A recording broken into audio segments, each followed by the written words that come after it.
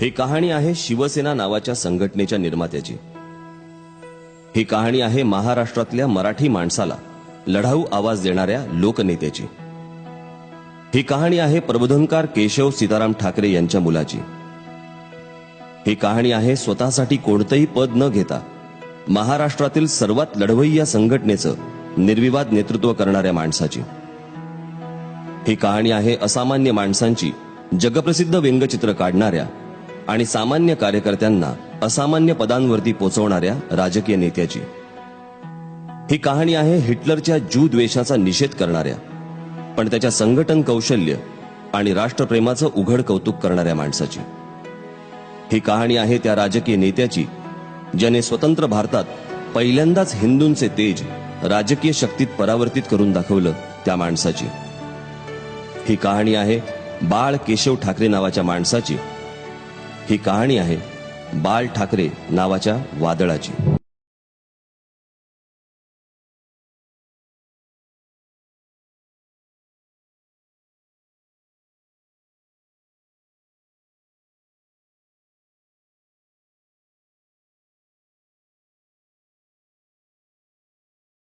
बाळासाहेबांचं झालं होतं. बाळासाहेब, आमची माँ, माझी आई एकदा त्या काय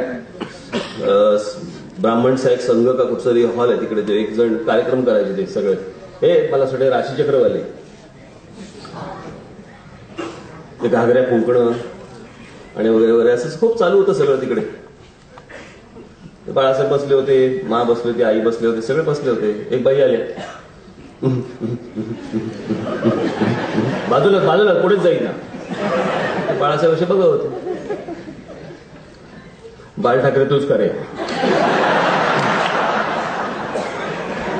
साहेब बोलले की हो माझ्या भाच्याला नोकरीला लावशील करे.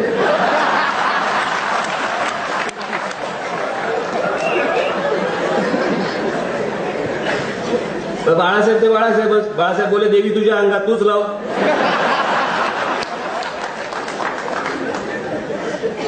काय आपण कुठच्या जगात वावरतो, आपण काय चालू आहे.